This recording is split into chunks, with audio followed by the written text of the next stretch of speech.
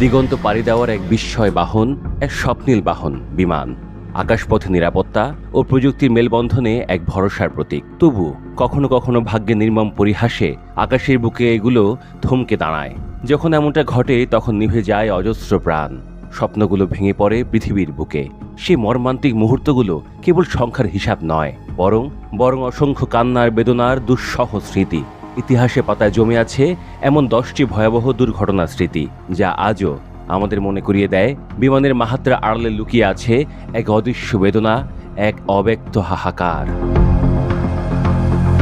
1977 সালে 27 মার্চ স্পেনের ক্যানারি দ্বীপপুঞ্জের টেনেরিফ বিমানবন্দরে বিশ্বের সবচেয়ে ভয়াবহ বিমান দুর্ঘটনা ঘটে।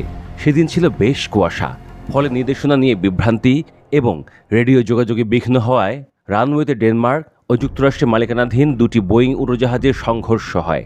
এতে 583 যাত্রীর প্রাণহানি ঘটে, তবে প্রাণে বেঁচে যান 61 জন।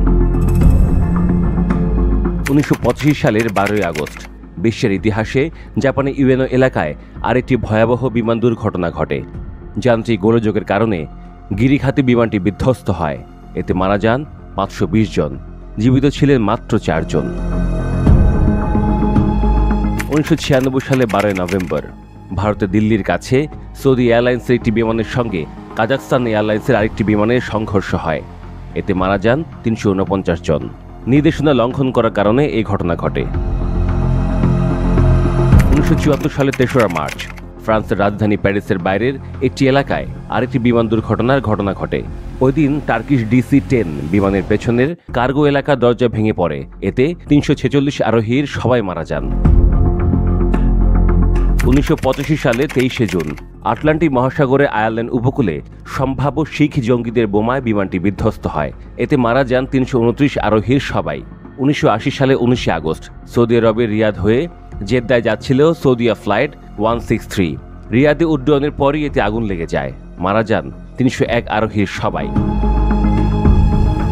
1988 সালে 3রা জুলাই ঘটনা, পারস্য উপসাগরের আকাশে ইরান এয়ারের একটি যাত্রীবাহী বিমানে গুলি করে ভূপাতিত করে যুক্তরাষ্ট্র। এতে মারা যান 290 আরোহীর সবাই। যুক্তরাষ্ট্র দাবি করেছিল ভুল করে ওই গুলি করা হয়। 2003 সালের 19 ফেব্রুয়ারি ঘটনাস্থল ইরাকের কেরমান এলাকা। খারাপ আবহাওয়ার কারণে বিধ্বস্ত হয় প্রভাবশালী বিপ্লবী গার্ড সদস্যদের বহনকারী উড়োজাহাজটি। মৃত্যু হয় 275 আরোহীর। 1979 সালের 25 মের ঘটনা, ঘটনাস্থল শিকাগো। বা পাখা থেকে একটি ইঞ্জিন বিচ্ছিন্ন হয়ে গেলে বিমানবন্দর থেকে উড্ডয়নের কিছুক্ষণ পর বিধ্বস্ত হয় আমেরিকান এয়ারলাইন্সের এক বিমান, মারা যান 273 আরোহীর সবাই। 1983 সালের 1 সেপ্টেম্বর ঘটনাস্থল তৎকালীন সোভিয়েত ইউনিয়নের মনোরণ দ্বীপ। সোভিয়েত বাহিনী গুলি করে ভূপাতিত করে যাত্রীবাহী কোরিয়ান এয়ারলাইন্সের একটি বিমান। এতে মারা যান 269 আরোহীর সবাই।